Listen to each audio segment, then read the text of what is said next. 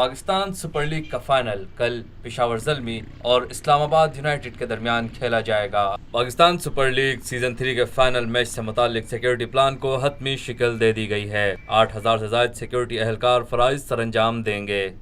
روشنیوں کے شہر کراچی میں PSL کے فائنل میچ کے پیش نظر نیشنل اسٹیڈیم اور اطراف کے علاقوں میں سیکیورٹی کے سخت انتظامات کیے گئے ہیں۔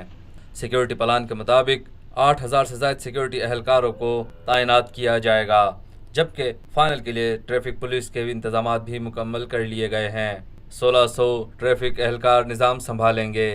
فائنل والے دن کارساز سے عام ٹریفک کا داخلہ بند ہوگا، جبکہ یونیورسٹی روڈ سے دائیں جانب اسٹیڈیم جانے والا ٹریفک بھی بند ہوگا، جبکہ سیکیورٹی پلان کے تحت فائنل کے دن نیو ٹاؤن اور ڈالمیا روڈ بھی ٹریفک کے لیے بند ہوگا۔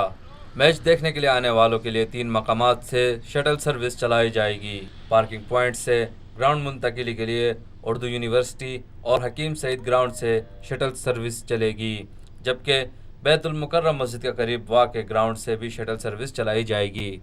شائقین کو صرف شٹل سروس کے ذریعے اسٹیڈیم تک جانے کی اجازت ہوگی۔ پاکستان میں پہلی مرتبہ حالات حاضرہ کے مختصر مگر جامع پروگرامز، خبروں، تبصروں کے علاوہ دیگر سماجی، تجارتی، ثقافتی، تفریحی، معلوماتی، مذہبی، تعلیمی، صحت اور بچوں کے پروگرامز صرف TNN TV پر۔